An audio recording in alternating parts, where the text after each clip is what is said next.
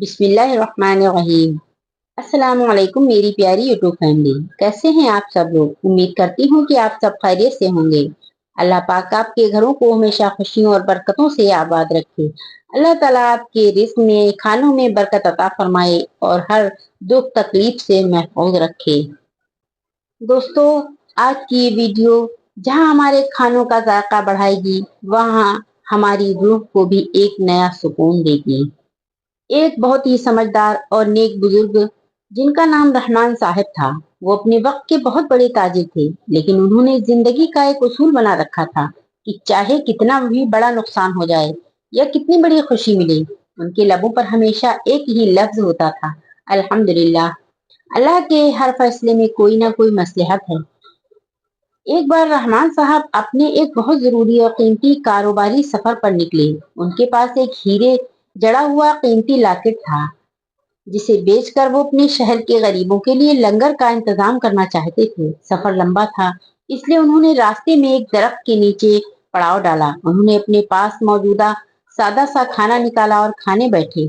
अभी उन्होंने पहला निवाला ही मुंह में डाला था कि अचानक कहीं से एक चील आई और उनके हाथ पर झपट्टा मारकर वो कीमती हीरे का लॉकेट लेकर उड़ गई। रहमान साहब के सामने उनका सालों का ख्वाब एक पल में उड़ गया था।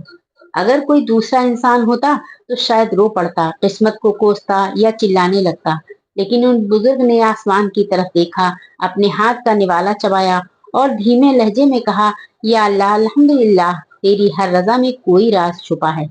वहां से गुजरते हुए एक दूसरे मुसाफिर ने ये सब देखा तो उसे बहुत गुस्सा आया। उसने बुजुर्ग से कहा, बाबा जी, आपका इतना कीमती असासा चोरी हो गया, आपका लंगर का ख्वाब टूट गया, अब भी कह रहे हैं अल्हम्दुलिल्लाह, ये कैसी अक्लमंदी है। बुजुर्ग ने मुस्कुराकर जवाब दिया, बेटे, मेरा काम सिर्फ कोशिश करना था। मालिक वो अल्लाह है जिसने मुझे वो हीरा दिया था। अगर उसने उजरत बदल दी तो उसमें भी इस बंदे की कोई भलाई होगी। अभी वो मुसाफिर बुजुर्ग की बात पर हैरान ही हो रहा था कि चंद घंटों बाद उसी रास्ते से कुछ लोग एक जख्मी शख्स को उठाए हुए गुजरे। वो शख्स दर्द से तड़प रहा था और रो रो कर कह रहा था, मुझे माफ कर दो, मैंने बहुत बड़ा गुनाह किया था।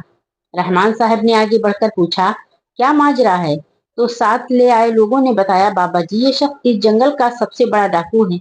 ये आज सुबह एक काफिले को लूटने जा रहा था, लेकिन अचानक आसमान से एक चील गुजरी जिसके पंजे में कोई भारी और चमकदार चीज थी। वो चीज चील के पंजे से सीधी इस डाकू के सर पर इतनी जोर से गिरी, ये घोड़े से नीचे जा गिरा और उसकी टांग टूट गई। जब हमने देखा तो वो एक हीरे का लॉकेट था। रहमान साहब ने जब वो लॉकेट देखा तो वो उन्हीं का था। वो डाकू रहमान साहब के कदमों में गिर गया और बोला, बाबा जी, अल्लाह ने मुझे आपका माल लूटने से पहले ही सजा दे दी और मेरा गुरूर खाक में मिला दिया। मैं तौबा करता हूँ। मुसाफिर ने जब ये मंजर देखा तो उसकी आंखों से आंसू आ गए। उसे समझ आ गया कि बुजुर्ग का अल्हम्दुलिल्लाह कहना कितना गहरा था। अगर वो हीरा चील ना ले जाती तो डाकू रहमान साहब की भी जान ले सकता था